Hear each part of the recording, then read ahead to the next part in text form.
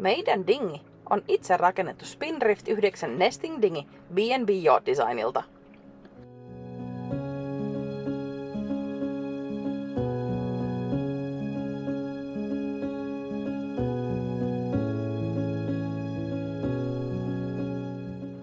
Miksi juuri tämä malli?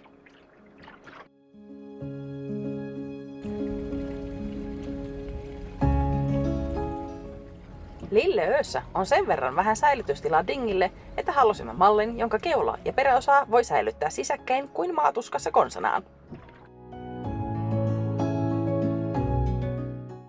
Useimmilla purjehtijoilla on täällä puhallettava dingi isolla perämoottorilla. Me halusimme kovan dingin, sillä kumiveneet tuppaavat vuotamaan ja säilytyksen takia olisimme tarvinneet pehmeäpohjaisen mallin. Sellaista ei voi kunnolla soutaa, sillä hydrodynaamiset ominaisuudet ovat muovipussin luokkaa.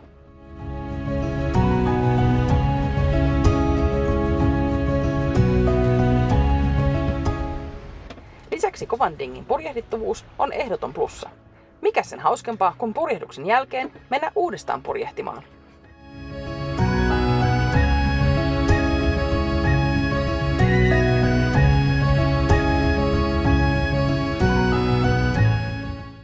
Rakensimme dingin alkutalvella 2024.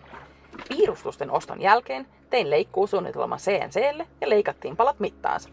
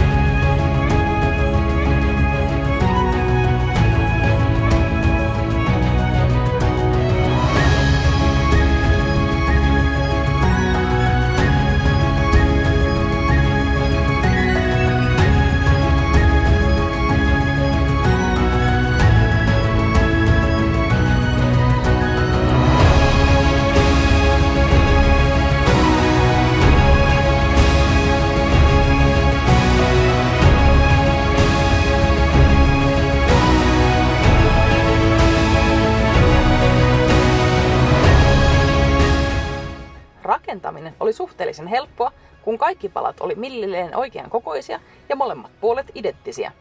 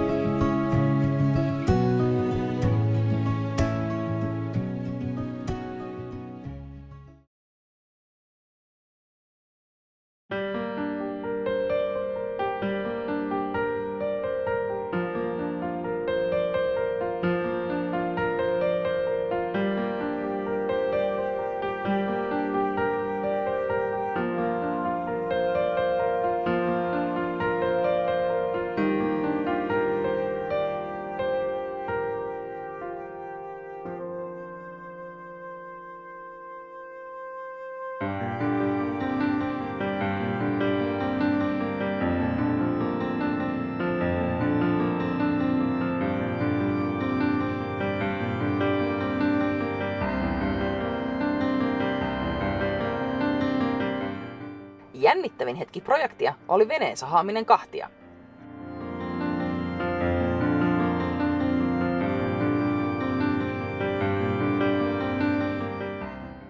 Ensimmäinen testisovitus oli helpotkusen huokaus, kun varmistui, ettei minnekään ollut päässyt mittavirhettä ja keula mahtoi peräosan sisään juuri täydellisesti.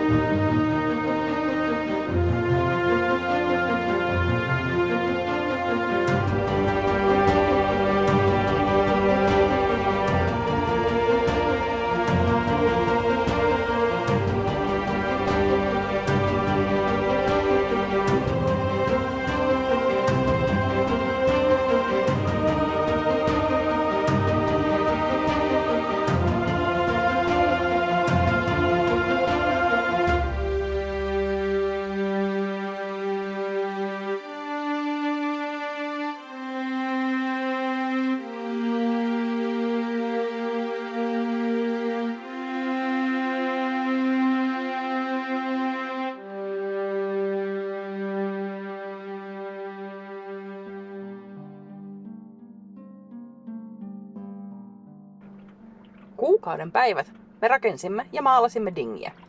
Kun vene oli lopulta valmis, oli jäätkin jo sulaneet ja pääsimme kokeilemaan, kelluuko vene.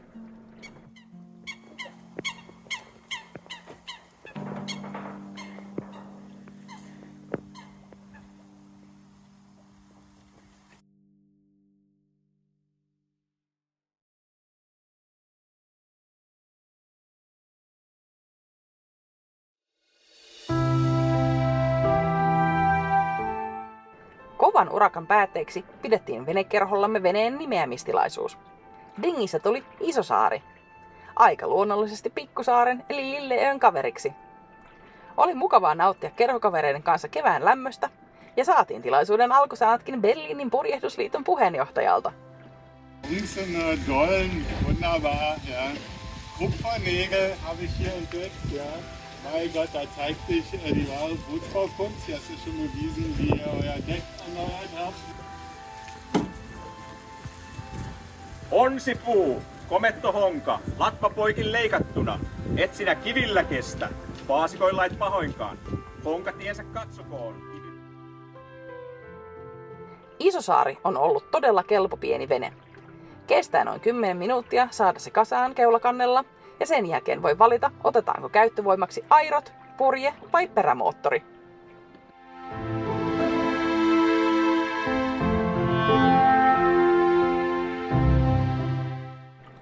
Airoina meillä on Lahnakosken Seagrade Plussat 180 cm mitassa, sillä se oli ainoa, jota koko Saksasta oli saatavilla. Jonain kauniina päivänä hommataan pidemmät airot parempaan soutumukavuuteen.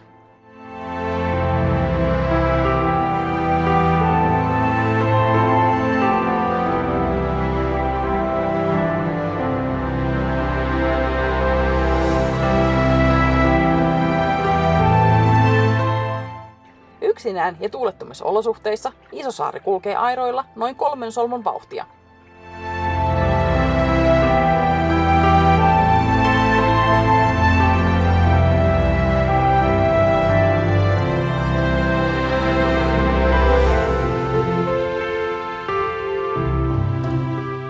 Pulkkarit aina kommentoi, että suomalaista saa soutaa, mutta luulen, että tämä ei ollut se, mitä niillä oli mielessä.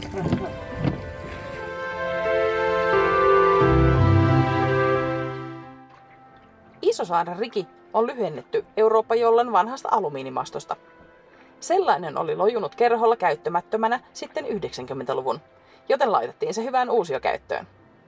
Lisäksi saatiin kerhokaverilta hänen vanha Eurooppa-jollan purjeensa, jonka ompelin uuteen rikin sopimaksi.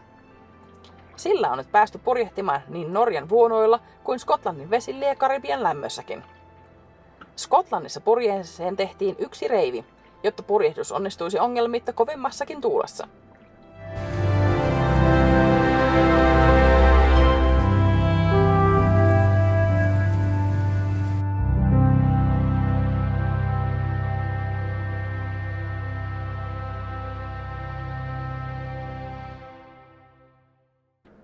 Soutamisen jatkona kokeilimme myös yhden suskivoiman perämoottoria.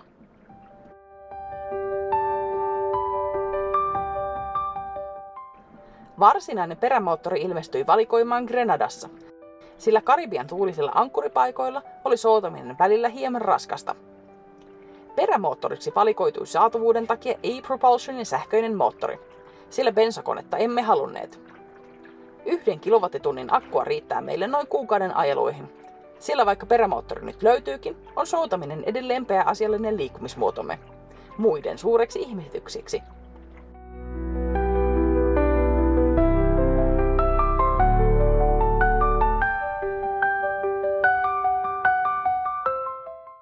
Koska perämoottorissa ei ole mitään valuvia öljyjä, me pystymme säilyttämään sitä punkan selkänojen takana kajuutassa.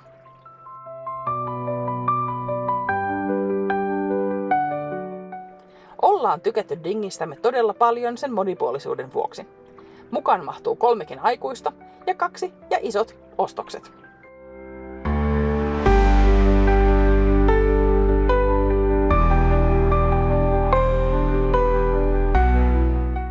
Tarvittaessa dingillä kulkee isompikin lasti. Tosin kun saamme Curaçaolla veneen uudet aurinkopaneelit, alkoi olla ongelmia mahduttaa kuski mukaan samaan veneeseen.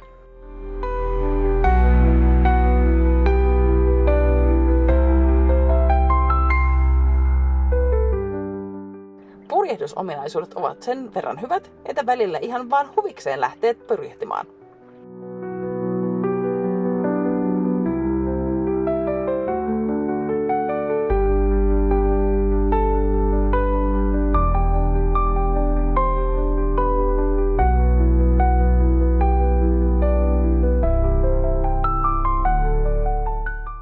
Täällä Karibialla ei ole montaa vierasvenesatamaa ja näin ollen Isosaari on lähes päivittäisessä käytössä.